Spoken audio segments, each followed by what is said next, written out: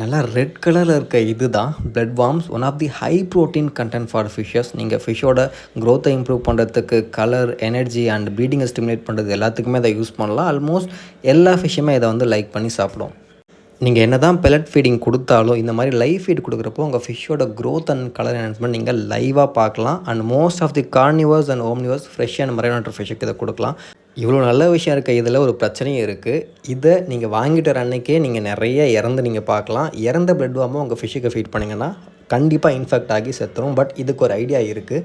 இந்த மாதிரி பெரிய நெட்டில் நீங்கள் இருக்க எல்லா பிளட் வார்மையும் வந்து ஆட் பண்ணிவிட்டு ஒரு புதுசாக ஃப்ரெஷ்ஷாக ஒரு வாட்டரில் கப் ஆட் பண்ணிவிட்டு அந்த நெட்டை ஜஸ்ட் அப்படியே ப்ளேஸ் பண்ணிடுங்க. நெட்டோட சைஸ் வந்து கொஞ்சம் பெருசாக இருக்கணும். ஸோ அப்படி இருக்கப்போ உயிரோட இருக்க பிளட் வார்ம்ஸ் மட்டும் ஸ்விம் பண்ணி அந்த நெட்டை விட்டு ஆட்டோமேட்டிக்காக வெளியில் வந்துடும். ஸோ அதை நீங்கள் ஜஸ்ட் அப்படியே வாஷ் பண்ணிவிட்டு அகைன் நீங்கள் ஃபிஷ்ஷுக்கு ஃபீட் பண்ணிக்கலாம். அந்த மாதிரி நீங்கள் டெய்லி ஒரு டைம் பண்ணிங்கன்னா நெக்ஸ்ட் ஒரு 4 to 5 டேஸ்க்கு நீங்கள் பிளட் வார்ம்ஸை உயிரோட வச்சுக்கலாம், ஆக்சிஜன் சப்ளை கொடுத்து.